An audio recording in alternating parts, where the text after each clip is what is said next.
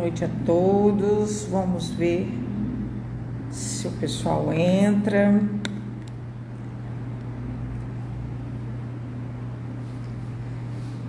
Vamos aguardar aqui o nosso convidado, doutor Chamon, perito criminal.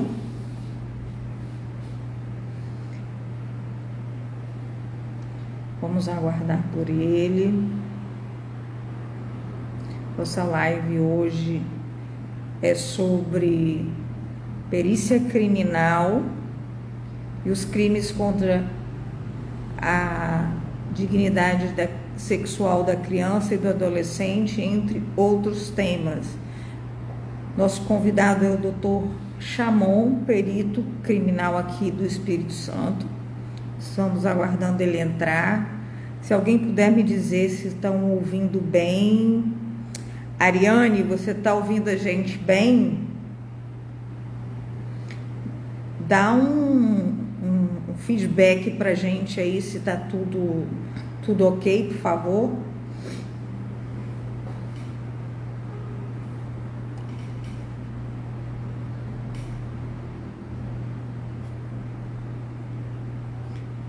Estamos aguardando o Dr. Chamon entrar.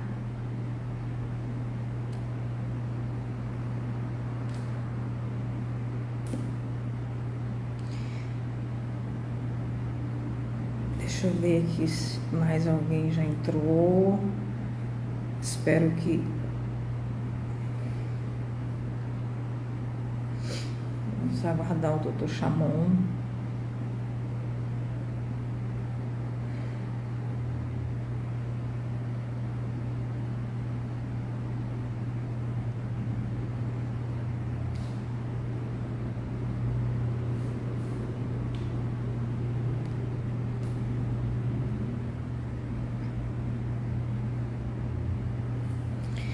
Deixa eu ver aqui se ele já está.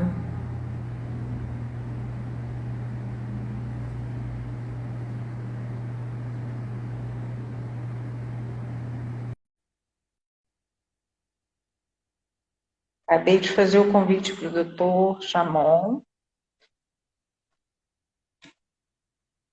Eleisa Cristina, boa noite. Alguém pode me dizer como é que está o nosso som, por favor? Como é que se a imagem está boa? Nós estamos aguardando o doutor Chamon. Flávia, boa noite.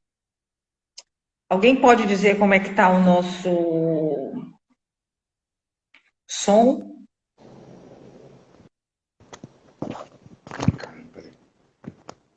Acho que o doutor Chamon está entrando.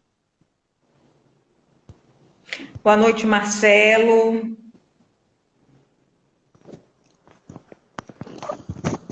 Boa noite, doutor. Está me ouvindo direitinho? Estou ouvindo. Eu estou ouvindo você bem baixo. Ih, rapaz, esse telefone aqui, deixa eu tirar ele da capinha aqui, peraí. Telefone velho não é fácil, não. Peraí que eu vou tirar ele da... É porque meu... Suiana, boa noite. Opa. Melhorou? Vê se melhorou. Olha, a única coisa que não está muito bom é o seu som. Está muito baixo para mim. Peraí, deixa eu falar com a Igor, minha boa mulher. noite. Gustavo, boa noite. Marcelo, boa noite. Luciano, pega o fone aí pra mim. Eu não sei se esse fone tá funcionando. Peraí que eu vou pegar. Estamos só aguardando o doutor Chamon configurar ali o áudio dele, que para mim está praticamente sem som. Eu não estou ouvindo bem, Marcelo, por incrível que pareça. Boa noite, Marcela. Tá aqui, peraí. Peraí. Boa noite, Gustavo. Vê se melhora agora. Vamos lá. Melhorou? Vamos lá. Boa noite, doutor. Tudo bom? Tudo bom? Tá dando para escutar legal? Boa Há noite. muito tempo que a gente não se vê, né? Então, né? Muito tempo, Eu né? queria primeiramente que o senhor se apresentasse, porque tem algumas pessoas que são de fora que não conhecem o seu trabalho. Eu sou perito criminal há 15 anos, mais de 15 anos, né? E sou professor há 25 anos. Sou professor do IFES, Instituto Federal, há 12 anos, né? É para falar das partes principais, né, do que eu tenho feito, né, Raquel?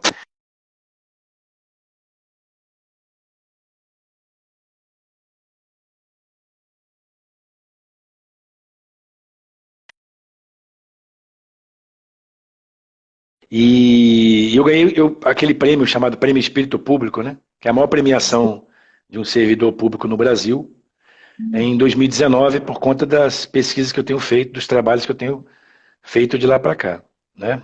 Eu sou biólogo, formei na UERJ do Rio, aí fiz o mestrado em microbiologia na Federal de Viçosa e o doutorado na UFRJ, sendo que eu terminei o doutorado nos Estados Unidos, né? Eu terminei meu experimento, fiquei lá 8 meses, terminando a minha pesquisa lá. Lá no Crime Lab, né? O pessoal gosta de chamar de CSI e tal. Lá dos Estados Unidos, na Então, polícia dos esse Estados caso é Unidos. muito problemático. Ao longo do dia de hoje, algumas pessoas deixaram algumas perguntas. Eu gostaria de saber se o senhor eu posso já fazer a primeira pergunta. Pode, claro. Eu vou dar uma lida aqui. Os peritos têm um investimento satisfatório por parte do governo para adquirir os equipamentos de trabalho? Então, Raquel, isso aí já é uma luta antiga da perícia, né, do Espírito Santo. Nós estamos lutando pela autonomia, eu estou dando palestras já tem tempo, né? Esses últimos 3 meses eu dei 48 palestras, falando das minhas pesquisas para pegar estuprador, né, em casos que a gente não conseguia provas, e a partir dessa pesquisa a gente consegue. E o Espírito Santo ele está na contramão do Brasil e do planeta, né? Ou seja, 20 unidades, 20 estados da federação, são 27 unidades da federação, 20 já são autônomos. A perícia ela não é subordinada à Polícia Civil. E no Espírito Santo ela continua dentro da Polícia Civil. Ou seja, a autonomia ela está prevista em lei federal. Tem uma lei 12.030 que ela não é respeitada há 13 anos, né? Ou seja, a perícia tinha que estar isenta, né? Eu sempre falo sobre isso. E essa falta de autonomia, ela interfere em vários aspectos, principalmente com relação à gestão, né? A gente não cuida da nossa casa, a gente está numa outra casa, na Polícia Civil. Então, a gente mexe com ciência. Nos outros estados, você tem uma polícia técnica e científica porque ela é independente. Então, para poder explicar para quem não entende, você tem a Secretaria de Segurança Pública e abaixo dela existe o bombeiro, a PM, a Polícia Civil nesses estados, né? E a Polícia Técnica e Científica. Como é que é no Espírito Santo? Você tem a Secretaria de Segurança, o bombeiro, a PM, a Polícia Civil e dentro da Polícia Civil você tem a perícia. O capixaba não sabe disso. Ele não sabe que isso está errado porque ele não sabe como é que funcionam as coisas. Eu terminei o doutorado em outro país, lá fora, e eu vi como é que é a realidade. Depois eu fui para outro país também, para outros. Ou seja, eu conheci a perícia como funciona, né? Os outros países e como funciona o Brasil. Então, se você for para os outros países, Itália, Alemanha, França, etc., que tem resolutividade alta de crimes, a perícia ela é independente. A prova material ela é valorizada nesses Sim. países. Entendeu? Então Além de faz falta. valorizada, é extremamente importante a prova material, né? Sim, tanto para prender quanto para soltar. Ou seja, Sim. se o suspeito ele é inocente, a prova material vai ser boa para ele. Provas materiais boas são boas para todo mundo, para a sociedade, para os policiais, para os bons policiais, que são a maioria, diga-se de passagem. Né? Eu leciono para os PMs há 15 anos, e assim, a maioria esmagadora dos policiais, pessoas boas, trabalhadoras, honestas. Né? O cara pode cometer o erro, como várias profissões também cometem, né? Seres Então, para humanos, eles né? também é Passíveis bom. de erro. Sim, claro. E essa ideia de fortalecer a prova, para quem age de forma correta, então é melhor. E para o suspeito que é culpado, é melhor para a sociedade que ele fique preso, Sim. né? Então, o ideal é que eu tenha provas fortes, contundentes, para que ele continue preso.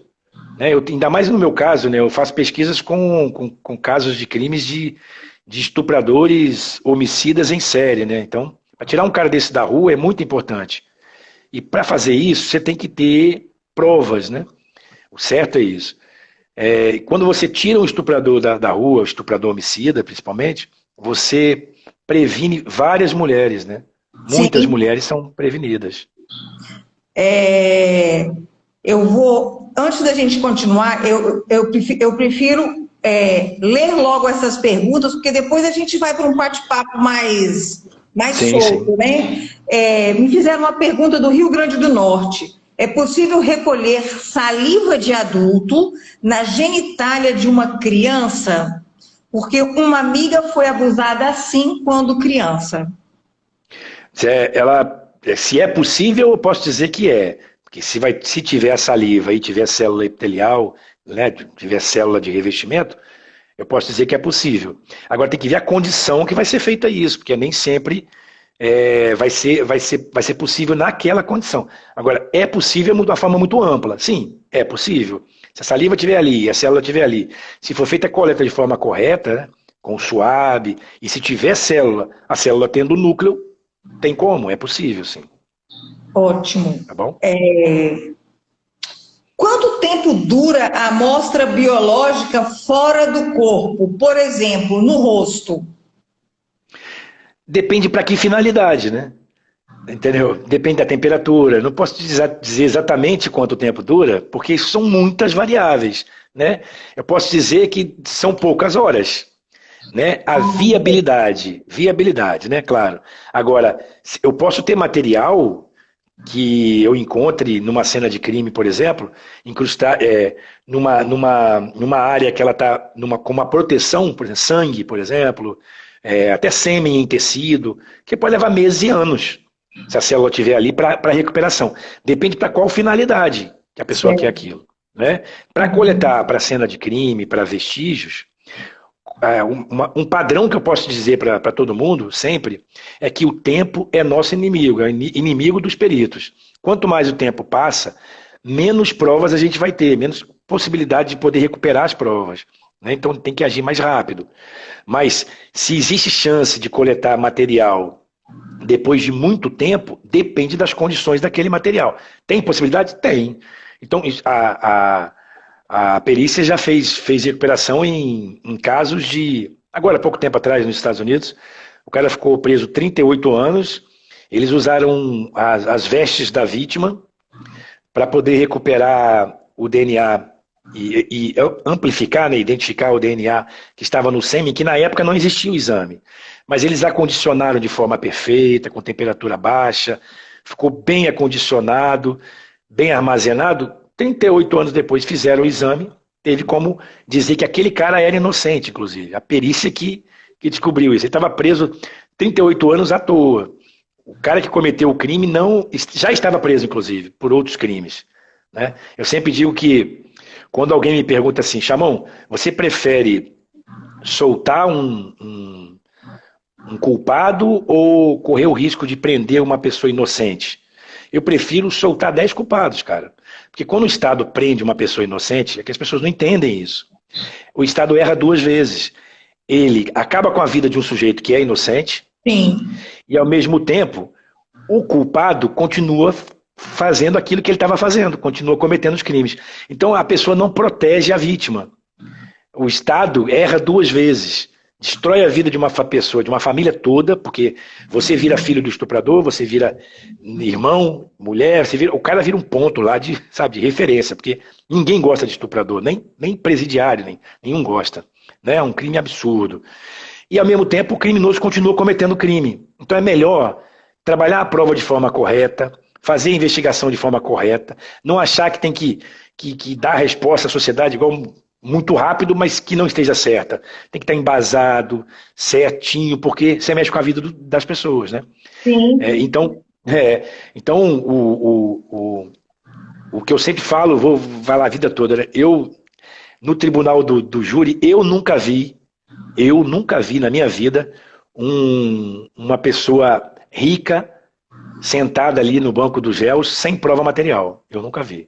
Eu só vejo pobre. Pobre e É, sem instrução. Entendeu? Então isso é uma coisa a se pensar. A gente tem que se colocar no lugar dos outros. Eu quero que o culpado seja preso, mas eu quero que seja ele o culpado com provas. Prova testemunhal tem que ser importante apenas para nortear. Importante, claro que ela tem importância. Mas ela não pode ser a prova única, a prova crucial, para poder oferecer a denúncia, etc. É um absurdo. Entendeu? Porque só acontece isso, eu só vejo acontecer sem provas materiais com o indivíduo pobre. E sim. sem instrução, principalmente. Fizeram uma pergunta aqui agora, muito interessante. O Thalisson perguntou qual foi o caso mais complexo na perícia. Deve ser o caso que o doutor atuou. Ele deve. Acredito que seja Não, essa a não. pergunta. Deve ser, mas assim, é tanto caso aqui, mata tanto. Eu sou falar para ele que eu sou da Crimes contra a Vida, sou da especializada que faz perícias em homicídios, suicídios. E o Espírito Santo, apesar de ter o pior salário do Brasil, o pior de todos os estados, mesmo tendo um PIB que está entre a metade dos estados mais ricos, não se preocupa muito com essa parte da prova material, é um estado violento demais. Então as pessoas também não sabem disso, o capixaba não sabe, que ele vive num estado que mata muito mais percentualmente do que o Rio de Janeiro, do que São Paulo, do que Minas. Nós temos índices, todos os nossos índices são do Nordeste, são do Norte, do Centro-Oeste, mas nossos índices de homicídio de jovens, nossos índices de homicídio, de feminicídio, são todos altíssimos. Nós somos o quinto país em feminicídio no planeta e nós estamos num dos estados que tem os índices mais altos de homicídios, por exemplo, né? Uma coisa absurda, que mata demais. Agora você pensa, bem, não tem como nem lembrar qual foi o caso, mas os casos que mais chocam a gente, para mim, são os mais importantes, né? Porque as pessoas falam de importância quando é alguém que tem dinheiro, etc. Para muitos peritos, inclusive no meu caso, a coisa que me choca mais é quando é crime que envolve criança, né? E mulheres estupradas e mortas. Isso para mim é uma coisa horrível, entendeu? Se você perguntar para mim, Raquel, qual o pior crime de todos? Se alguém te perguntar, Raquel, qual a melhor comida de todas? Qual é a melhor? A gente fica em dúvida, porque tem coisas que a gente gosta, né? Que tem Sim. sal, que tem doce. Eu não tenho dúvida com relação ao crime. Qual o pior crime de todos? Crime de estupro. Para mim não tem pior, entendeu? Porque os especialistas mostram que a mulher estuprada, mesmo quando ela fica viva, a maioria fica viva, uma parte dela morre, né? Ela leva para o túmulo Ela dela vira uma, aquele ela vira uma sobrevivente, né? sobrevivente. Ela lembra na hora da morte, com 90 anos, que foi estuprada. Sim. Ela revive aquilo, toda vez que vê alguma cena assim. Aqui as pessoas não entendem isso, né? Então é um crime muito ruim, muito chocante. Muito invasivo, é muito íntimo, é horrível. Né? Então esses crimes mexem mais comigo. Crimes importantes, todos para mim são importantes, todo mundo, toda pessoa que sofre alguma ação, que ela é vítima de alguma ação criminosa, ela é importante, sério mesmo. Paga imposto a vida toda, ela tem que receber um serviço bom, entendeu? Uma coisa que eu falo com os meus alunos da PM, né? Eu dou aula na academia, eu não falei isso aí, né? Eu dou aula na Cadepol da PM, na academia da PM, Academia da Polícia Militar, há quase 15 anos, né? Para soldados, para oficiais. Tenho muito orgulho de ser professor, né? Sou perito, mas a profissão mais importante do mundo é a profissão de professor. Sim. E eu falo com os meus alunos isso sempre na última aula, não envergonhem sua família, seus pais, seus amigos, seus filhos. Façam o que tem que fazer, façam de forma correta, né? Porque depois não tem volta, né? E eu converso isso com eles, sempre, né? E na Polícia Civil eu falo exatamente a mesma coisa. Eu dou aula para delegados, na formação de delegados e peritos. Tem muitos anos também, desde 2011 ou 2012, né? E eu falo exatamente isso com eles. O crime mais importante eu não sei dizer, sinceramente. Eu posso dizer que a perícia atua em todos os crimes, de todos os âmbitos. Nós somos o cargo, falo para eles nas aulas isso, nós somos o cargo público que tem mais formações no Brasil, entendeu?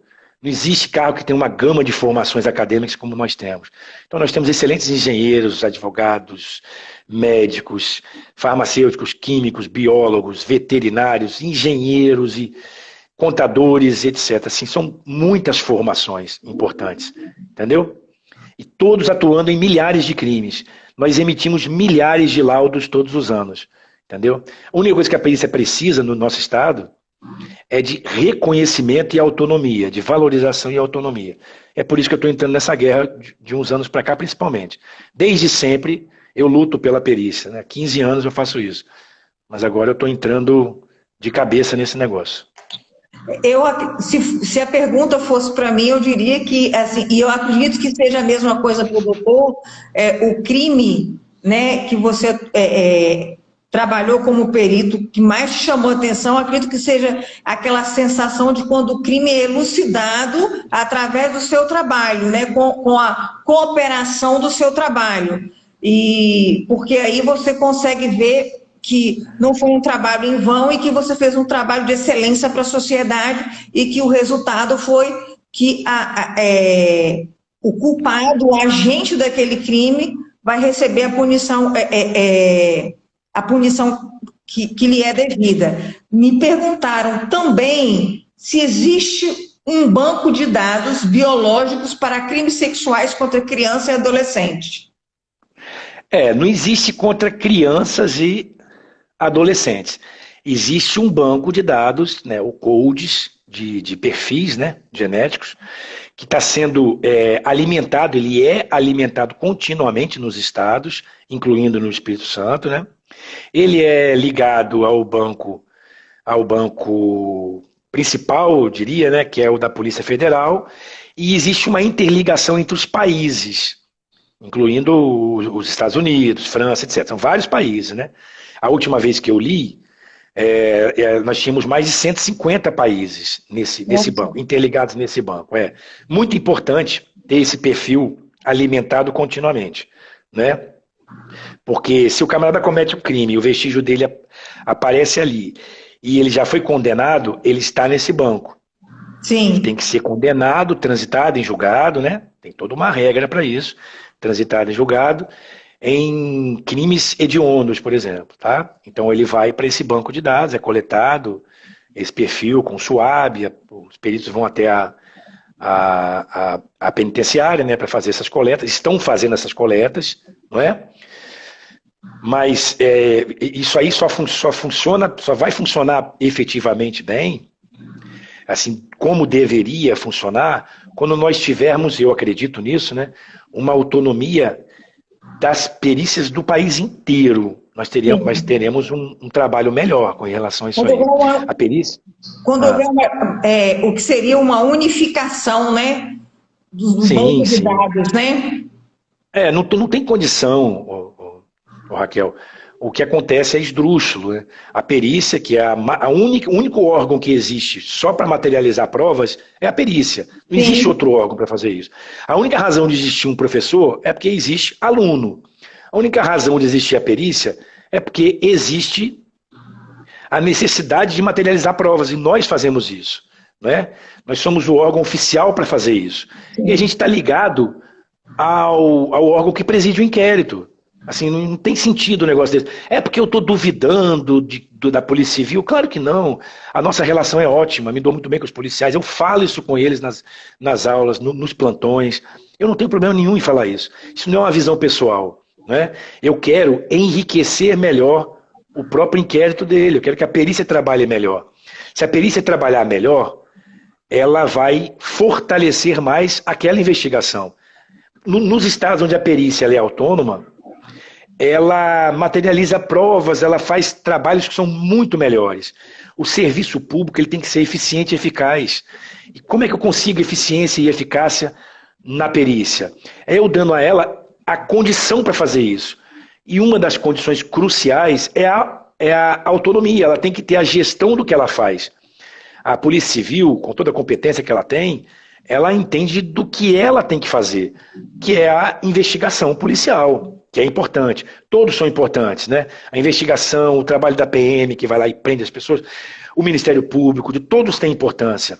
Só que a perícia, ela está manca nos estados onde ela não é autônoma. Isso é óbvio. Quem tem que ter a gestão sobre a perícia é quem entende de perícia. É muito óbvio isso. Nos outros estados, eu dei essa palestra que eu estou dando no meu estado, né? Eu dei 48 nos últimos 3 meses. Eu dei essa palestra em 12 estados diferentes. Aqui, mais 12, não só aqui, né? E esses estados, quase todos que eu fui, são autônomos. Você vê a estrutura que eles têm. É só olhar a estrutura. Eu dou um exemplo clássico. Pega o PIB do Ceará, pega o PIB do Espírito Santo. Veja como é que é a diferença. Agora você pega a perícia do Ceará e pega a perícia daqui. Vá na perícia de Fortaleza, da capital do Ceará, e vá na perícia da capital Vitória. Vai entender o que eu estou falando. Entendeu? Lá eles têm autonomia, têm gestão, eles cuidam do caminho deles. Porque eles são cientistas policiais. Sim. Policiais cientistas. Entendeu? É isso. É porque, na verdade, seria um trabalho mais imparcial do que se tiver ligado à Polícia Civil, né? Porque você é advogada, né? Você sabe disso. Um juiz não julga a causa da mãe dele, do irmão, do tio, do sócio, da mulher dele. Não. A perícia, ela tem que ser isenta. Como é que ela fica isenta? Ela tem que se afastar do órgão investigativo. É isso que é o óbvio. E eu falo nas palestras isso. É porque os capixabas não sabem disso. Eu tenho que alertá-los, eu tenho que explicar. Eu estou falando isso nas palestras. Eu estou tendo acesso a milhares de pessoas. Eu estou explicando isso. Eu estou sendo assim, didático na hora de poder explicar. Para ficar mais fácil, né? As pessoas não entendem. Não é nada contra. É muito importante porque as pessoas não têm. Algumas pessoas não têm a mínima noção dessa situação. Né? Não tem a mínima noção. A maioria não tem ideia. Quando eu falo nas palestras, tem gente que fala assim, mas como é que vai sair? Vai virar uma empresa? Tem gente que fala isso comigo. Eu falo, não, cara, vai ser a polícia técnica e científica, como nos outros estados. Polícia científica, polícia técnica, como vai no Paraná, vai em Santa Catarina, vai no Rio Grande do Sul, vai nos outros estados, é só ir lá. Vai ver que não é como aqui. Entendeu? Aqui a gente é policial civil e lá dentro perito criminal. Nos outros estados o cara é polícia técnica científica e lá tem um cargo dele, perito criminal, perito médico legista, é assim, entendeu? Ele não é subordinado à polícia civil, é isso que é o problema. Toda vez que você fala a palavra prova e que você fala que, eu já tive a oportunidade de ouvir outras vezes você falar que a prova testemunhal é importante, porém a prova material, ela tem a mais importante. Uma força maior, me remete ao livro que eu li sobre o caso Nardoni, que o título do livro, inclusive, é A Prova é a Testemunha. É um livro muito interessante, que, na verdade, foi o trabalho da polícia científica, dos peritos, inclusive a doutora Rosângela, se eu não me engano, acho que você a conhece. Rosângela, né? Monteiro, conheço. Exatamente. Ela esteve à frente né, desse... Ela já deu palestra em alguns estados que eu dei. Então, ela é fera. Ela esteve à frente do caso Nardoni. Então, assim, ele foi justamente o trabalho pericial é que conseguiu colocar o casal na cena do crime, né? Então foi muito importante aquilo. Sim, e foram provas fortes, né? Então eles têm dinheiro, esse casal Nardoni tem dinheiro, mas as provas materiais foram bem trabalhadas e eles conseguiram alicerçar aquela persecução penal de forma correta, né? Persecução penal correta é persecução penal baseada em prova. O CPP diz que não existe uma hierarquia entre as provas, eu sei disso, claro. Mas nós sabemos que, na verdade, a prova material é mais importante, claro que é. Sim, no caso concreto, na realidade, sabemos a importância de uma prova material bem trabalhada. Como é que ela é contundente, como é que é uma prova irrefutável. Agora, testemunhas mentem sem querer. Então, isso é comprovado. Tem artigos que mostram isso, artigos de psicologia forense, psiquiatria forense, principalmente nos casos de estupro. A vítima reconhece a pessoa e está reconhecendo mesmo. Ela está olhando para o cara, mas não é ele. Ela não está mentindo, o cérebro dela enganou a consciência que ela tinha, por causa do estado que ela estava naquele momento. Então isso é comprovado, não sou eu que estou falando. Aí, não pode se prender alguém com base numa testemunha. Quando alguém fala assim, mas a testemunha é séria, eu sempre falo isso que é importante, tá? Se fosse a sua mãe, você ia aceitar? Se fosse seu filho, sua irmã, você iria aceitar? Eu duvido. As pessoas têm que se colocar no lugar dos outros. Eu já vi casos, e não foram poucos, de pessoas que estavam presas sem nenhuma prova, prova de perícia, prova pericial, material, nenhuma. E casos absurdos, que além de não ter prova, as provas que existiam eram para liberar a pessoa, para soltar o sujeito, para inocentar. E ele continuou preso, porque era pobre e sem instrução. É impressionante. Entendeu? É muito difícil, é muito difícil isso. Lamentavelmente perguntaram também quais os motivos mais comuns para solicitar outra perícia. É comum essa solicitação? Não é muito comum a perícia, que a gente chama de perícia complementar, deve ser isso que estão pedindo, né?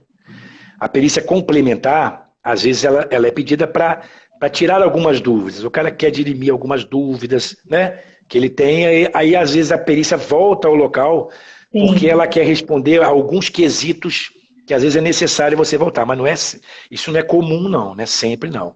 Mas é possível? É feito. Quando a pessoa tem uma condição, principalmente, tem assistente técnico, né, que ela tem uma condição melhor, acontece com mais frequência, entendeu?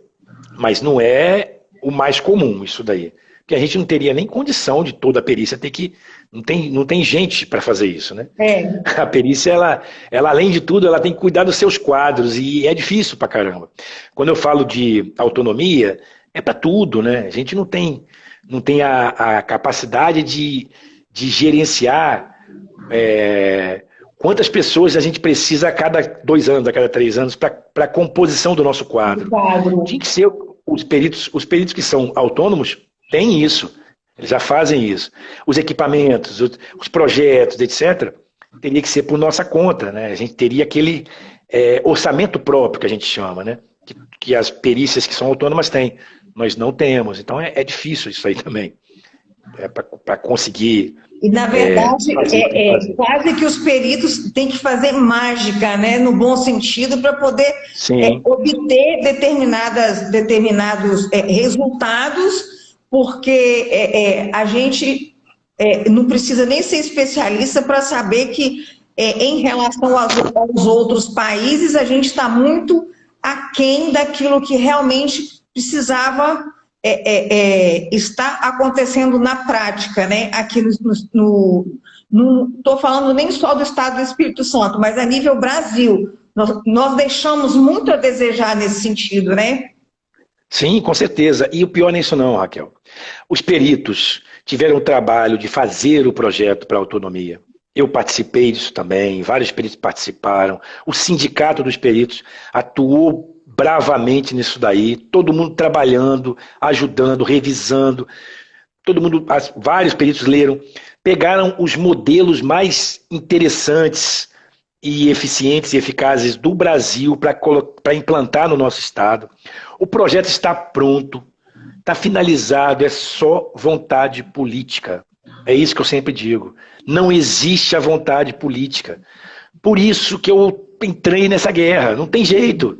Assim, eu adoro o que eu faço, adoro minha profissão, adoro ser professor, ser perito. Os alunos ficam rindo que eu falo que se eu nascesse de novo eu seria professor e perito criminal. Ninguém nunca me viu chegar com raiva no trabalho, eu gosto do que eu faço demais da conta, sabe? Mas eu tenho que entrar nessa briga, eu tenho que entrar nessa briga política mesmo, não tem jeito. Porque as coisas não andam, não existe uma vontade política mesmo. Sabe por quê? Porque quem paga a conta não é o cara que está lá em cima, é o pobre ferrado. Porque se fosse lá em cima já tinha mudado isso. O impacto financeiro não é grande, não tem grande impacto financeiro, não tem isso. A perícia é pequena em termos de número, nós somos 300 ao todo com médicos legistas, mas damos uma resposta gigante à sociedade, mesmo sem ter condições, entendeu? Então, existe um material humano muito bom, muito qualificado, os peritos do Espírito Santo são muito bons, eu posso falar porque eu conheço, e eles não são apenas valorizados como deveriam ser pelo Estado. Sabemos disso, entendeu? Uhum. Então não tem outro jeito, Raquel. Tem que entrar na briga, tem que entrar nessa guerra. Entendeu? Antes de eu entrar nessa questão da sua guerra, que também é uma guerra de todos nós, tem uma pergunta aqui. Você poderia nos falar sobre perícia criminal e os crimes cibernéticos de cunho sexual contra criança e adolescente? O que eu posso dizer é assim, a parte que eu sei, né? Porque eu não atuo nessa parte desses crimes eletrônicos, cibernéticos, eu não atuo, né? Nós temos especialistas na perícia para fazer isso, eu posso até dizer para as pessoas, só que, por exemplo, nos falta equipamento. Isso eu posso dizer. Como é que estão os equipamentos para perícia em crimes eletrônicos? Falta muita coisa. Não tenha dúvida. Tem muita demanda e tem equipamento, os nossos equipamentos não existem para isso, infelizmente. Então nós estamos muito atrasados em comparação a outros estados onde a perícia é autônoma. O valor dos equipamentos, eu não sei agora nesse momento, já vi antes, mas claro que teve alteração, mas é plenamente viável ele ser comprado pelo Estado, isso eu posso te garantir. Porém, existe um negócio chamado prioridade. Quais são as prioridades? Então, se a gente tem uma perícia autônoma, é o que eu falei, a gente vai cuidar das finanças da perícia, do dinheiro da perícia. E aí ele tem que ser veiculado para onde ele dá mais resultado para a sociedade, onde ele dá mais resposta para a sociedade. Como é que eu posso exercer melhor o meu serviço? Como é que eu posso prestar melhor o meu serviço? Eu tenho que saber. Aí eu vou perguntar a quem? A quem não é perito? Aonde eu vou buscar esse conhecimento? Eu tenho que buscar com os peritos. Então a gente tinha que ser autônomo para comprar equipamentos também. Então esses crimes eletrônicos que ele falou aí, os cibernéticos, eles poderiam ser muito melhor trabalhados se a gente tivesse uma estrutura melhor, uma condição da perícia melhor, entendeu? Não tenha dúvida. Inclusive, a dificuldade até mesmo da própria Polícia Federal, que tem dentro da Polícia Federal um núcleo responsável pela questão dos crimes. Há dificuldade, inclusive, de se adentrar dentro da dita Dark e Deep Web para rastrear, Sim. né? Porque existe Os equipamentos são caros, mas tem que comprar.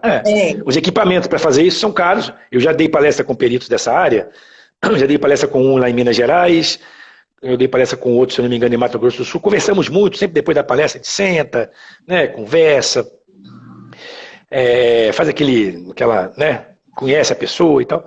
E eles falam comigo isso, os equipamentos são caros, mas eles dão muitas respostas. Sim. Então, no custo-benefício, vale muito a pena. Porque senão o cara continua cometendo crime. Ele não é pego. Ou senão ele é pego bem depois. E aí ele já causou um prejuízo enorme, entendeu? Na sociedade. Também pode ser depois da prescrição do crime também, né? Sim. É o que mais ocorre. Né? Então, muitas vezes. E esse investimento, no meu ponto de vista, no meu humilde ponto de vista, nada mais é do que devolver à sociedade o que ela entrega para os cofres públicos em forma de imposto. É uma devolução que deveria existir, né? Não é? Se você paga imposto, você quer o melhor serviço. O Brasil é um dos países que mais paga imposto no mundo. Sim. E não tem retorno. Isso vale para várias áreas. Sim, claro. Incluindo a segurança pública. Ué, o cara que paga os impostos dele, ele quer o melhor resultado com o menor investimento possível. Sim. Então você tem que ter a economicidade, você sabe disso, né? Não pode gastar dinheiro sem ter um motivo, mas você tem que usar custo-benefício. Entendeu? Aplicar o dinheiro da melhor forma possível para o melhor resultado possível. Né? Para isso tem que olhar especialistas. Gente, se eu quero saber alguma coisa sobre obra, sobre o design de interiores, eu vou procurar quem? Eu vou procurar sobre obra, eu vou procurar o mestre de obras, o engenheiro civil, o arquiteto. Eu não vou procurar os especialistas. Claro. Eu não vou procurar o psicólogo, o biólogo para fazer isso, né? O médico, eu vou procurar o especialista. Quem tem que saber o destino da perícia são os peritos, é óbvio. É isso que eu vivo dizendo. Então, como é que o dinheiro vai ser bem aplicado se nós não temos a gestão sobre o nosso futuro? Como o dinheiro vai ser bem aplicado? Nunca. O mínimo que vai, o máximo que vai acontecer é ele ser menos mal aplicado, entendeu? Mas nunca será bem aplicado como se tivesse um especialista para fazer isso, para separar os melhores projetos, as demandas maiores são para esse setor, ouvir os especialistas. Qual a viatura que tem que comprar? Vamos chamar os peritos. Isso também é importante. Peritos que tem uma viatura que tem um cofre dentro dela, um cofre para colocar preso, entendeu? Um cofre para colocar preso dentro. Vocês não escutam, o perito tem que se escutar os especialistas. É isso que é importante, entendeu? Isso em todos os âmbitos, estadual, âmbito federal, todos os âmbitos. Não estou falando só dos estados, não, né? A Secretaria Nacional de Segurança Pública enviou viaturas para cá, veículos para cá. Beleza, ótimo. Mas tem que ouvir os especialistas, porque a viatura chega aqui com um cofre de aço lá dentro. Aí você fica olhando para aquilo. Para que aquilo ali? Você tinha que ter ali um mini laboratório dentro de cada viatura, como alguns países já fazem, como alguns estados já fazem. É isso. Tem que ser uma viatura específica para ir em locais específicos, que outros carros não vão. Aí vem um carrinho 1.5, que não consegue subir um morro direito. As coisas são mal feitas, sabe? Eu fico falando direto. O serviço público, ele tinha que atuar de forma responsável com a aplicação do dinheiro público. É isso. Ou seja, se eu estou numa empresa, eu trabalhei no privado muitos anos, graças a Deus, vi como é que é o mundo lá fora, né? Então, lá no privado tem que ser aplicado do mesmo jeito que é aplicado aqui. Eu atuo do mesmo jeito sempre. Eu nunca faltei um plantão, eu não falto plantão, eu não falto as minhas aulas. Eu atuo no público igual eu atuava no privado. Pode perguntar às pessoas que trabalham comigo, entendeu? De forma correta. Então, a mesma coisa com o dinheiro que vai ser aplicado. Onde é que eu vou aplicar tal dinheiro? Vamos ouvir os especialistas, vamos fazer a melhor aplicação de custo-benefício. É isso que é o certo, mas não tem essa coisa no Brasil, não se escuta, aponta o especialista. Isso vale para a segurança pública também, infelizmente, para a educação, para um monte de coisa. Nos perguntaram aqui como funciona na prática a perícia criminal na rede de proteção à criança e ao adolescente. A perícia criminal, ela não atua diretamente, nós, os peritos, na proteção da criança, adolescente. A gente atua de forma paralela, transversal, né? Então, o nosso laudo é importante para subsidiar o Ministério Público nos crimes contra criança, adolescente. Todos os nossos laudos são para materializar provas, independente dos crimes, claro. Mas agora, se você me perguntar, como a gente já até conversou, né, Raquel, com um médico que estava perto, junto com a gente, e você visitar o DML, uma criança que sofreu abuso sexual, ele estava falando isso com a gente, lembra? Sim. A criança recebeu abuso sexual, foi vítima de crime sexual, de estupro, a mulher também, né? E ela vai lá para o DML, aí tem preso passando na frente da porta, não existe um ambiente na perícia apropriado para isso. Que possa acolher num momento de tanta fragilidade e vulnerabilidade, né? Exatamente. Pintar a parede de rosinha, de não sei o que lá, botar uns desenhos, uma mesinha do lado, isso aí não resolve, porque o ambiente é pesado no entorno. Abriu a porta, você está no DML, você está num ambiente pesado ali dentro. O ambiente é pesado, o cheiro do lugar é pesado, é tudo. O cheiro está ali. Eu falo direto. Aí faz propaganda, que, gente, o mundo real não é aquilo. Né? Faz a propaganda, bota o ambiente mais humanizado, mas não é isso. Sabemos que não é assim. Enquanto uma criança que foi abusada está aguardando ser atendida, ou uma mulher passa na frente dela homicida, pedófilo. Você viu o médico falando isso? O próprio médico falou isso. Visita as piores pessoas da face da Terra também. Sim, elas são. Ali, o ambiente daquele entorno é pesado. Então não adianta Sim, botar uma porta com um quartinho pintado, com coisinha de brinquedo e tal. Você tinha que ter um ambiente próprio para aquilo no entorno também, né? Tem que ter um ambiente que ampare aquilo ali. Inclusive o cheiro, né? A gente estava falando sobre isso, que é um sim, o absurdo cheiro. o tratamento que se dá. E isso tudo passa pela gestão do dinheiro público com relação à perícia, né? É isso que eu sempre digo, a gestão com relação a esses fatores, né? Que é importantíssimo.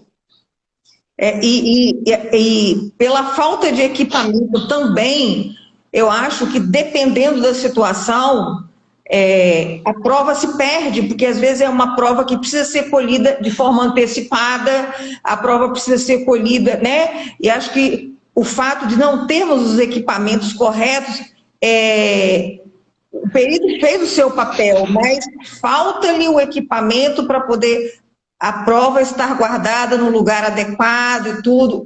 Estou falando alguma coisa errada ou faz sentido o que eu Não, estou falando?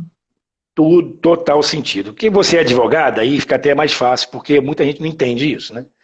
Então, aquele pacote anticrime, ele prevê os itens que entraram no artigo 158 do CPP, né? A, B, C, D, E, você já deve saber, né? Do pacote anticrime de 2019, né? Sim. E ele prevê a cadeia de custódia, né? Cadeia de custódia de E muitos verdade, criticam e a gente, pelo contrário, a gente quer mais que ela exista realmente. sim, a cadeia de custódia, ela deveria existir, mas não é só por causa de um saquinho que tem um número, não, entendeu? Não. Não, ela tem que existir a central de custódia, por exemplo. A implantação está lá escrito, mas nem precisava estar, né? Central de custódia tem que receber as provas que são entregues. Então, se a pessoa está de plantão sábado à noite e ela fez um local de crime, ela vai entregar esse negócio aonde? Porque o laboratório vai estar fechado. Tem que ter uma central de custódia 24 horas. Entendeu? Exatamente. E aí esse vestígio, essa evidência, ela foi custodiada como deveria? Ela foi monitorada como deveria? Essa é a pergunta que eu faço sempre. Ela está Que eu sendo tenho que me colocar. guardada como deveria. Sim, eu tenho que me colocar no lugar, Raquel, eu tento fazer isso sempre, do cidadão que está lá. Porque Sim. um dia pode ser minha mãe, meu pai, meu filho, meu irmão, as pessoas que estão ali. Eu tenho que pensar, me colocar no lugar de quem está pagando imposto, de aquela ponta lá. E a gente sabe que os maiores empregadores desse país são as micro e pequenas empresas. Então, os caras que pagam muito imposto são os caras assalariados, os caras que ganham menos dinheiro, os caras que têm menos estudo. Aí você vai visitar a cadeia, vai ver quem está preso lá. É É. essa massa que está ali. Então eu tenho que pensar, me colocando no lugar deles também. A prova tem que ser custodiada para todos, Tudo. não só para um grupo. E a defesa desse pessoal é muito frágil. A gente sabe disso também. A acusação no Brasil é muito mais forte do que a defesa. Sim. Existe esse equilíbrio. Não é? E a perícia passa por isso também. Nós estamos dentro de um órgão que tem a função de presidir o inquérito. O inquérito vem da palavra inquisição, né? Ele é inquisitório. A pessoa não vai se defender nesse momento, entendeu? E aí o peso é muito maior se uma perícia não é isenta, se o perito não é isento, né? A cadeia de custódia é um peso muito grande, porque vão perguntar quando é que foi feita a perícia? Ah, na sexta-feira à noite. Ué, e quando é que foi entregue lá no laboratório? Só quando o laboratório abriu, segunda-feira de manhã. A população não sabe disso. Eu estou falando aqui, e às vezes a gente sofre, inclusive, tá, Raquel? Eu estou aqui me colocando, eu estou dando minha cara aqui, entendeu? Porque eu estou falando que os peritos não costumam falar. É que eu já saturei, não tem mais jeito. Eu estou falando que muitos peritos falam sem estar com uma câmera na frente. Que é uma coisa absurda, né? Porque a gente pode sofrer retaliação, entendeu? Pode sofrer sérias retaliações. Mas, Inclusive lamentavelmente, ameaça. o que o doutor está falando não depõe contra os peritos. Pelo contrário, é algo que A a gente favor? está mostrando que eles fazem a parte dele, mas a parte deles termina e precisava de ter uma continuação. Sim, Né? mas depõe contra o Estado. Depõe contra o Estado. O medo é esse das pessoas. Não é o medo da. Os peritos não têm medo da perícia. Eles têm medo de quem está acima dela, que nós somos subordinados à Polícia Civil. Nós somos subordinados a eles. Sim. A maioria dos policiais civis, dos caras que são chefes, eles são bons, só que nós estamos sujeitos a pessoas ruins também. E aí você às vezes fala a verdade, porque você quer fazer um trabalho melhor e não consegue, entendeu? Às vezes você está falando a verdade, mas os caras são políticos. E os políticos, via de regra, só pensam no próprio umbigo, não pensam neles. Eles não pensam em prestar um melhor serviço. Eles pensam em ter capital político. Pensam em aquilo ali, ele está falando contra mim. Eu não estou falando contra ninguém. Eu estou falando de um serviço que deveria ser mais bem prestado, que não é bem prestado porque a perícia não é autônoma. É essa a realidade. Nua e crua, entendeu? Infelizmente é isso. Sim. Como os peritos já saturaram, tentamos de tudo, conversamos, nos reunimos, todos eles já sabem do que está acontecendo, todos sabem da nossa situação, os governantes já sabem, os deputados sabem, todos sabem. Entendeu? Não muda porque não existe vontade política. Senão já tinha mudado. Foi feita uma pergunta aqui da seguinte forma. Aqui no Espírito Santo, então, o trabalho da perícia é defasado. É isso que eles fizeram essa pergunta aqui, aqui na nossa live. Você quer dizer assim, ele poderia. O trabalho pericial poderia ser muito mais bem realizado, não tenho dúvida disso, se a perícia fosse autônoma. Eu sei, os governantes sabem, eles não são bobos, já se reuniram com o nosso pessoal, com o sindicato, com todas as pessoas.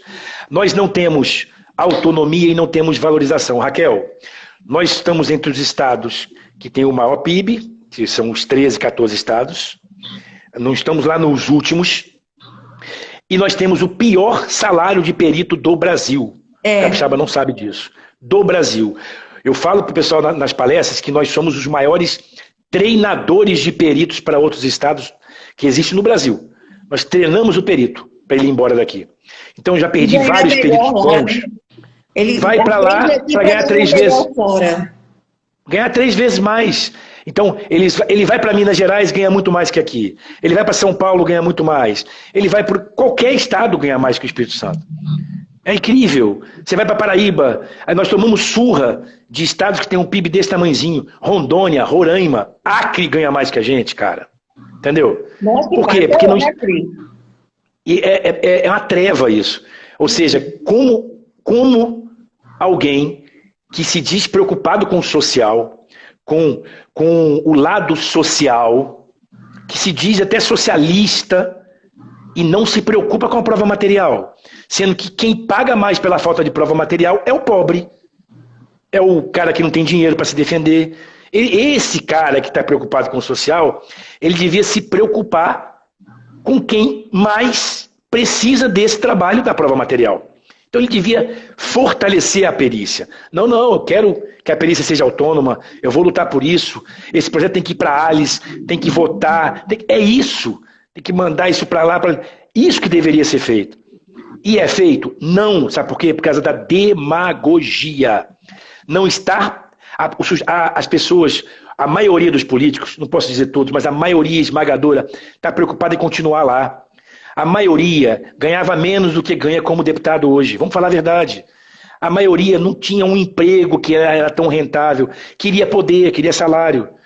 Por isso que eu sou um defensor dos caras que querem entrar na política, mas tem emprego. Lutaram a vida toda, trabalharam, nunca dependeram de política. Isso que é o correto. Eu sempre defendi isso, sempre votei assim. Na hora de votar eu fazia isso. O cara tinha que ser trabalhador, competente, honesto, e ele tinha que ter o sustento dele. Sim. Não era dependente da política. Entendeu? Porque ele sempre vai pensar em ficar lá, continuar lá. Profissionais, né? Os chamados políticos profissionais. Exatamente. E está mudando, Raquel. Está mudando. As pessoas estão querendo, hoje, um político mais técnico. Isso. Um cara que é especializado, graças a Deus. Senão eu não tinha entrado nessa briga. De jeito nenhum. Fosse uns anos atrás eu não tinha entrado nessa briga, mas agora eu entrei porque está mudando. As pessoas estão enxergando isso agora, graças a Deus, porque tem essa telinha aí, ó, tem rede social, né, que pode informar as pessoas. Doutor Chamon, você falou uma coisa muito importante que lembrei aqui, que a gente assiste muito em noticiário e acompanha, a gente está sempre, querendo ou não, caminhando todo dia com a situação de crimes, né? E a gente ouve uma coisa que o senhor falou muito importante: quem sofre mais, sempre tem dois polos, né? Duas pessoas, ou a vítima ou o réu, e quem tem poder aquisitivo, ele paga uma perícia independente. Aí não tem uma isenção, porque na verdade quem deveria suprir isso, né? Aí, quem sai beneficiado? Quem tem dinheiro para pagar a perícia independente. Claro, que é o assistente técnico. A perícia independente, às vezes, ela é uma perícia que ela não fica imparcial, porque foi contratada. Não é. Né? Então, não vai ser, não vai ser. Uma prova que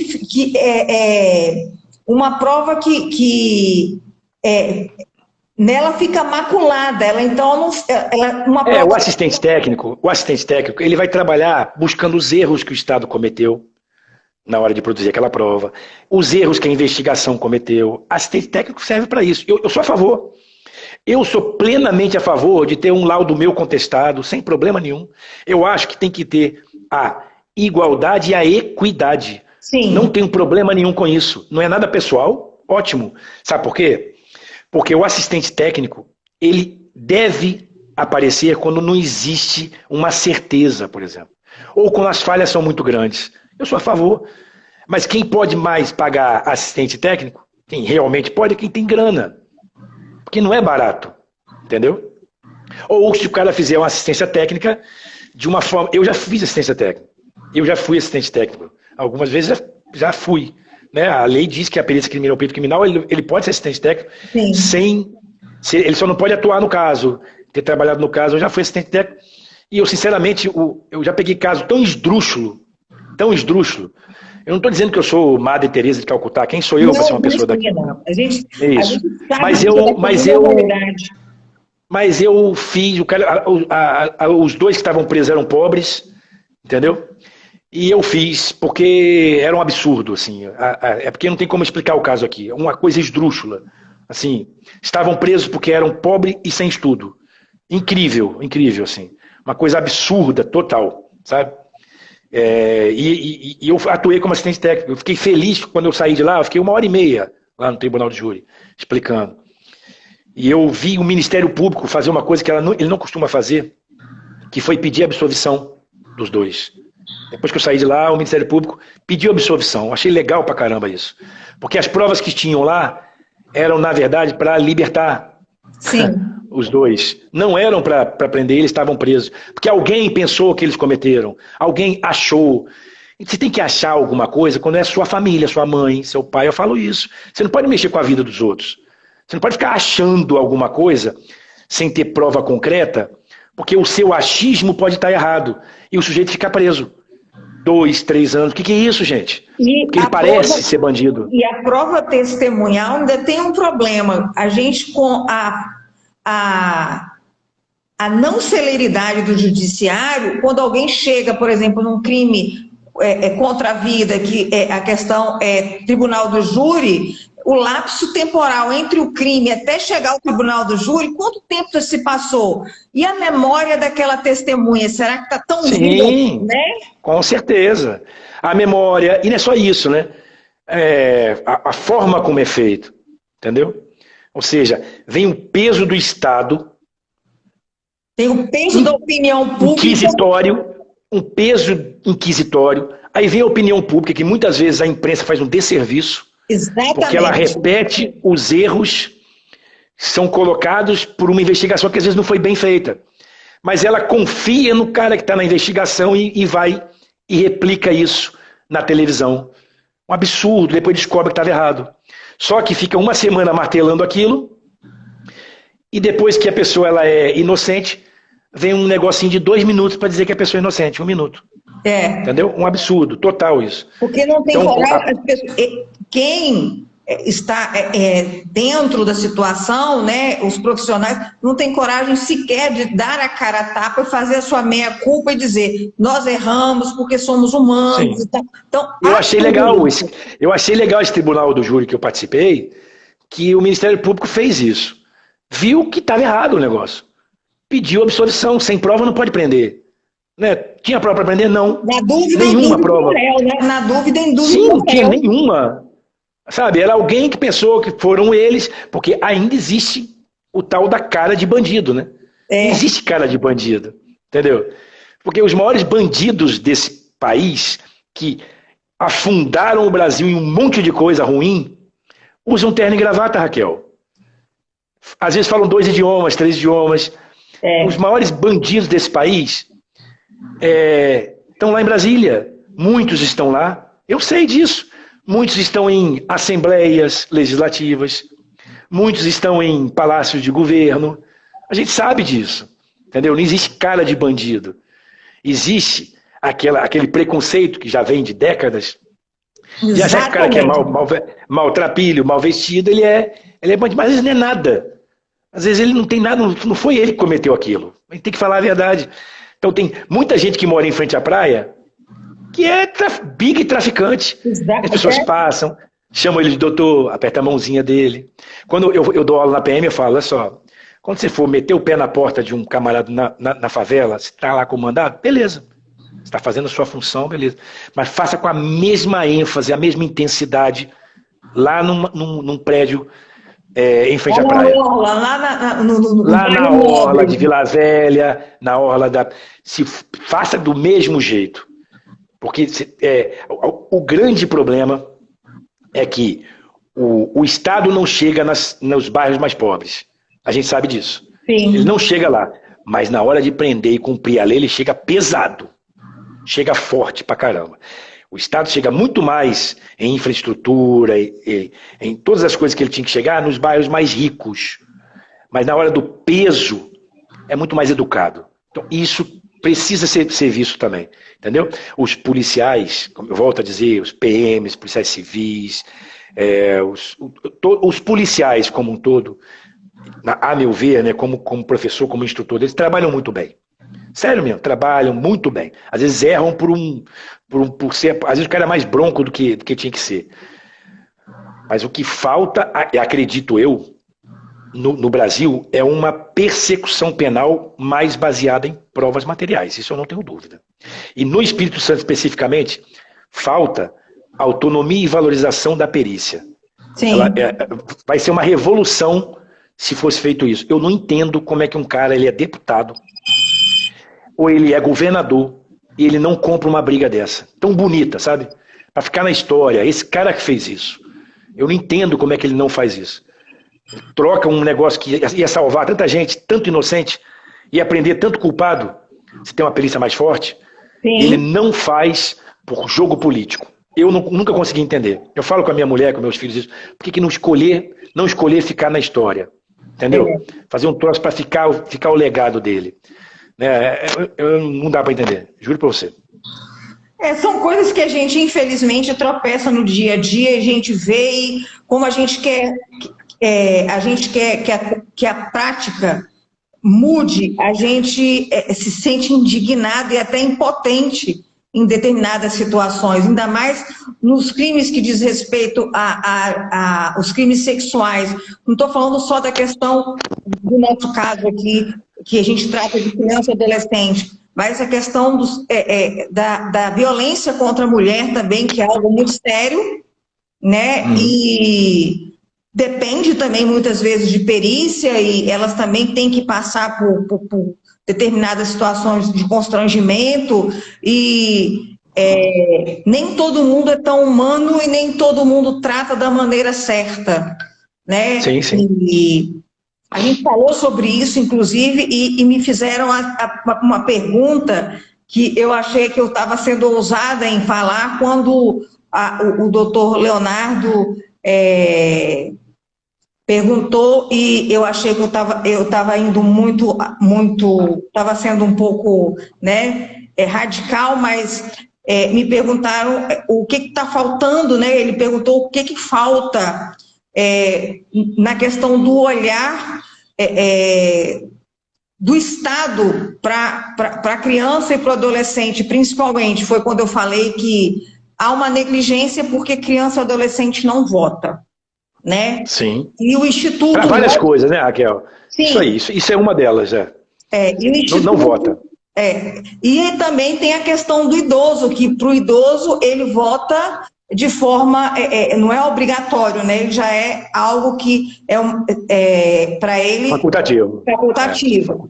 Então, assim, o Instituto que você conhece, que você tem abraçado, como outras pessoas têm abraçado, a gente é apartidário. Porém, nós estamos num ano eleitoral e a gente torce para que venham pessoas, não... a nossa torcida, o nosso desejo é que surjam pessoas, como a gente falou aqui já na live, que não sejam políticos profissionais. E eu vou fazer uma coisa que é fora da pauta. Foi feita uma pergunta no começo aqui por uma jovem ou por uma mulher, e aí, Chamon, você virá candidato a deputado este ano? Virei, então, com certeza. Eu queria fazer o que eu nunca fiz. Eu queria dar o espaço para você responder a essa pessoa. Então, eu já fui chamado antes, 3 vezes antes, nunca aceitei pelo motivo de achar que eu não estava pronto, né? E o país não passava por um momento que eu pudesse entrar numa guerra dessa, já que eu sou extremamente voltado para resoluções técnicas das coisas. Assim, melhor uso do dinheiro público, para melhor aplicação, com melhor resultado, com eficiência e eficácia. A melhor gestão possível, né? Como pesquisador, como professor, né, como perito, eu sempre pensei assim, eu não estava pronto, eu ia ser mais do mesmo, eu ia entrar para não fazer diferença. Eu aceitei agora por quê? Por diversos fatores. Primeiro que eu estou pronto, estou 25 anos dando aula, 15 anos como perito, eu entendo minhas 2 áreas, segurança pública, educação, estou pronto. Segundo que eu tenho emprego, eu tenho meu trabalho, eu posso bater no peito e falar que a vida toda eu me sustentei, que eu sempre trabalhei, desde 14 anos de idade, eu tenho 3 carteiras de trabalho. Então isso parece que não, mas é muito importante. Sim. Outro fator importante que eu acho crucial é que nós, peritos, tínhamos que colocar alguém para entrar nessa empreitada. Então, me chamaram, eu aceitei, eu sou professor e perito, então eu dou aula há muitos anos, tenho milhares de ex-alunos espalhados aí, e eu aceitei isso. E a gente tem que entrar na parte política porque não tem jeito. Eles não vão resolver os casos da perícia. Nós temos que estar ali. Alguém tem que brigar por essa parte, né? Alguém tem que brigar por essa parte. Um outro fator importante, eu tenho projetos importantes, interessantes. Então eu penso a educação de uma forma ampla e eu penso a perícia de uma forma ampla. Minhas 2 grandes áreas, educação e segurança pública. Inclusive eu tenho projetos que englobam as 2 coisas. A segurança pública aproximada da educação. Isso foi importante para eu aceitar. Eu não estou entrando para poder ganhar o salário de deputado. Eu tenho meu salário, meu emprego, meu trabalho, minha profissão. Sou professor e perito. Entendeu? Eu quero ir lá, porque eu bati num muro. Eu cheguei num ponto que eu não consigo mais fazer. Eu não consigo mais ajudar mais pessoas. Para eu ajudar mais pessoas, eu tenho que subir. Eu tenho que entrar lá dentro. Tem que ter essa caneta. Não tem jeito, entendeu? Por isso que eu aceitei. Minha família no começo não quis. Claro, as pessoas têm medo disso, né? Mas eu estou entrando nessa guerra para ganhar. Eu estou entrando nessa guerra até o fim. Então eu serei candidato, sim, a deputado estadual. Serei, estou avisando isso. Todos os dias eu estou avisando aos meus alunos, aos meus ex-alunos. E eu aviso logo, Raquel. Eu estou tendo apoio por baixo de 90%, 95% com quem eu falo. Sem brincadeira. Eu converso com 100 pessoas, 90%, 95% estão me dando apoio. Entendeu? E assim, eu tenho esperança, muita esperança, de que a gente consiga apoiar a perícia nesse pleito. É essa a ideia. Eu converso com eles e explico isso. Que eu sou pré-candidato. Como a lei permite que a gente fale isso, Sim. serei candidato, estou falando com eles. Tem muita gente querendo mudança, graças a Deus. Que bom. E assim, eu quis dar esse espaço porque, mas o Instituto, não, ele é apartidário, mas se tem pessoas querendo mudar, e principalmente que alguns entraram depois de muita coisa que a gente falou sobre perícia, sobre cadeia de custódia, sobre o país nessa área está muito, está na idade da pedra ainda, Sim, sim. em relação aos outros países, isso precisa mudar, você não vai mudar o mundo, mas alguma coisa vai acontecer. E assim, como a gente conversa por telefone, pessoalmente, isso aqui não é um palanque, mas qualquer pessoa que a gente vê que tem um trabalho que, além de tudo, o nosso trabalho no Instituto, ele também precisa de peritos. Porque a gente tem crianças, tem adolescentes que a gente vai levar para fazer exame de corpo de delito, entre outras coisas. Então, e a política interfere em tudo. Então, querendo ou não, a gente não vai dar espaço aqui, isso não é um palanque, isso é uma forma de quê? Um técnico, uma pessoa fez uma live conosco de forma técnica e a pergunta foi feita. Então, eu não quero deixar ninguém sem resposta. Por isso que eu fiz questão de pedir que você respondesse. Sim, é por isso que quando me pergunto, as palestras que eu dei 48, como eu falei, em 3 meses. Eu não falo de política. Eu falo das minhas pesquisas, que nós já estamos pegando estupradores com essa técnica, pegamos agora lá no Rio de Janeiro, teve um caso na Paraíba, eu estou tendo feedback. Eu ainda não consegui aplicar no meu estado aqui, entendeu? Mas eu pretendo fazer isso um dia. Falta estrutura para fazer isso. É você conseguir em outros estados e não conseguir no seu próprio estado. Exato. Eu imagino que faça com que você se sinta impotente, né? Sim, então, sim, exatamente. Mas é isso.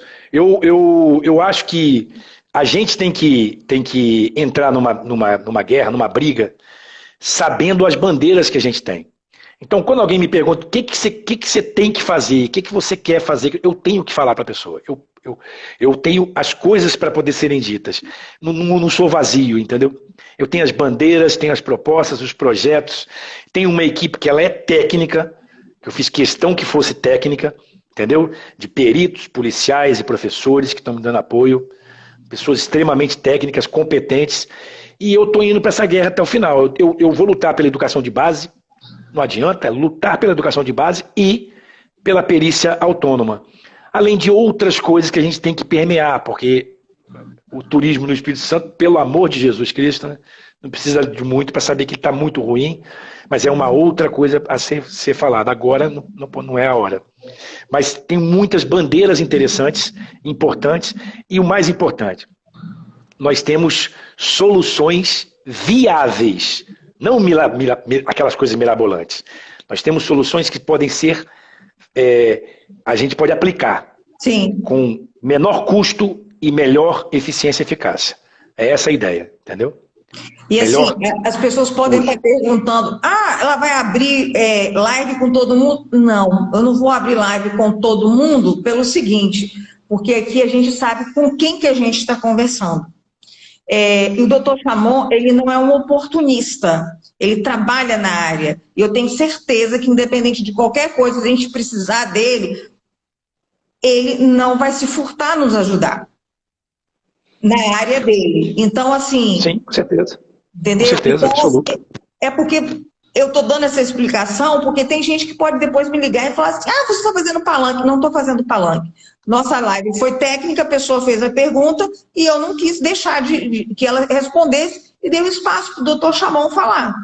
E, inclusive, quem estiver com o projeto ligado a criança e adolescente e mostrar para a gente que já trabalha nisso a vida inteira, a gente vai fazer live com eles também. Isso aí. Eu também acho certo. Ótimo. Que venham mais pessoas com mais ideias, com mais trabalhos. Com mais... Ótimo. Que a gente está aqui para discutir, mostrar o que a gente pode fazer e somar esforços. Sim, quando eu estou do lado de uma pessoa competente, eu não tenho medo dela, não. Tem gente que tem medo, né? Quem costuma ter medo de pessoas competentes e que são proativas são os caras que já estão lá, você sabe como é que é, eles não têm o que oferecer, então eles têm medo, porque se eu trabalhar bem, eu vou evidenciar que ele trabalha mal. Eu sei disso, eu já passei por isso várias vezes, é muito comum. Eu achei engraçado que esses dias eu fui pesquisar o nome de uma determinada pessoa, o histórico dela, né? Aí eu virei, minha mãe estava ao meu lado, eu virei para minha mãe e falei, nosso Deus, mas essa pessoa só foi política a vida inteira, ela não tem nem outra profissão. Então a gente já está cansado disso. E eles dão uma volta, é assim, eles saem de vereador para prefeito, depois para deputado, depois para senador, depois não sei para onde, e volta e recomeça. É um ciclo vicioso que a gente precisa quebrar. Então, quando não faz no mesmo cargo vários mandatos, né? O cara fica no mesmo cargo 3 mandatos, as pessoas elegem, beleza. Se o cara estivesse fazendo um trabalho, acredito, né? Se o cara estivesse fazendo um trabalho muito bom e ele quer continuar, porque quase sempre não é isso, beleza, que ele continue lá, ele é um bom funcionário. Ele é um bom deputado estadual, ele é um bom deputado federal, ele está fazendo realmente o que tem que fazer. Eu já votei em camarada que ele foi reeleito, inclusive. Porque ele fazia um trabalho bom. Eu pesquisei, o cara é bom mesmo. Inclusive, depois ele foi a federal e tudo. Mas isso é exceção. Sim. Muitos ficam 4, 5 mandatos daquele jeito do político antigo, sabe? Não faz muita coisa, mas as pessoas continuam mantendo ele lá. Mas eu vou fazer aqui igual advogado do diabo, tá? Deus me perdoe. Todo mundo também que está assistindo essa live, se o doutor Chamon realmente persistir, não ser só pré-candidato, depois vir a ser candidato e vir a ser eleito, se ele não fizer, o Instituto também vai cobrar. Porque nós somos sociedade. Entendeu? Grava isso aqui. Estou fazendo aqui o papel de que tu faça, porque senão eu vou ser a primeira a falar, olha, a gente fez uma live de tal, e tu falou isso que a prova está aqui. Então faça, porque se não fez, não. Sim, exatamente. O que eu falo é o seguinte, tem que mudar muitas cabeças. Uma andorinha não vai fazer de jeito nenhum um verão ali. Então, você tem que ter pessoas comprometidas. Não adianta você ter 2, 3, porque eu já vi gente falar assim, mas fulano não aprova os projetos. Claro, ele estava sozinho. Um monte de picareta do lado do cara, não adianta, não vai nunca votar nada. Então tem que ter mais pessoas votando melhor. Eu sempre digo isso. As pessoas têm que escolher melhor os seus candidatos em todos os níveis. Municipal, estadual, federal. Todos os níveis. Escolher melhor as pessoas que vão representá-las. Quando acontecer isso, tem um ditado muito legal que ele diz assim, não existe país honesto e ético, com população honesta e ética, com governante desonesto e antiético. Aquele governante é o retrato, o espelho do povo que colocou ele ali. Entendeu? Eu concordo plenamente. Exatamente. Para finalizar, eu agradeço ao doutor Chamon por ter nos dado essa honra de a gente ter falado sobre várias coisas dentro do universo da perícia criminal. O tempo é pouco, espero que a gente volte aqui outras vezes se as pessoas que nos seguem, que acompanham o nosso trabalho acharem pertinente, eu vou provocá-lo para vir aqui novamente para a gente conversar. E agradeço, e o Instituto está à disposição das pessoas que precisarem. Quem é do Espírito Santo quiser nos visitar, é só entrar em contato conosco pelo direct que a gente fala qual que é o endereço. E eu agradeço, doutor, por a gente ter estado hoje mais cedo, né, juntos lá no podcast, e agora mais uma vez, e espero que seja o início de uma grande parceria em favor da sociedade, principalmente da criança e do adolescente. Eu também sou muito grato pelo convite, né? Eu tenho a honra de poder ser um colaborador agora do seu instituto, né? Que eu já admiro mesmo. Eu acho muito interessante que essas iniciativas sejam feitas mesmo, porque falta. Sim. E que isso seja feito por mais vezes. Seria uma ótima aplicação do dinheiro público nesse instituto. Então, muito obrigado pelo convite. Eu até convido as pessoas que me seguem, que me conhecem, para que elas conheçam esse instituto, Infância Protegida. Eu fui lá pessoalmente, já conheci, já me ofereci para poder ajudar, porque eu vi que é bom.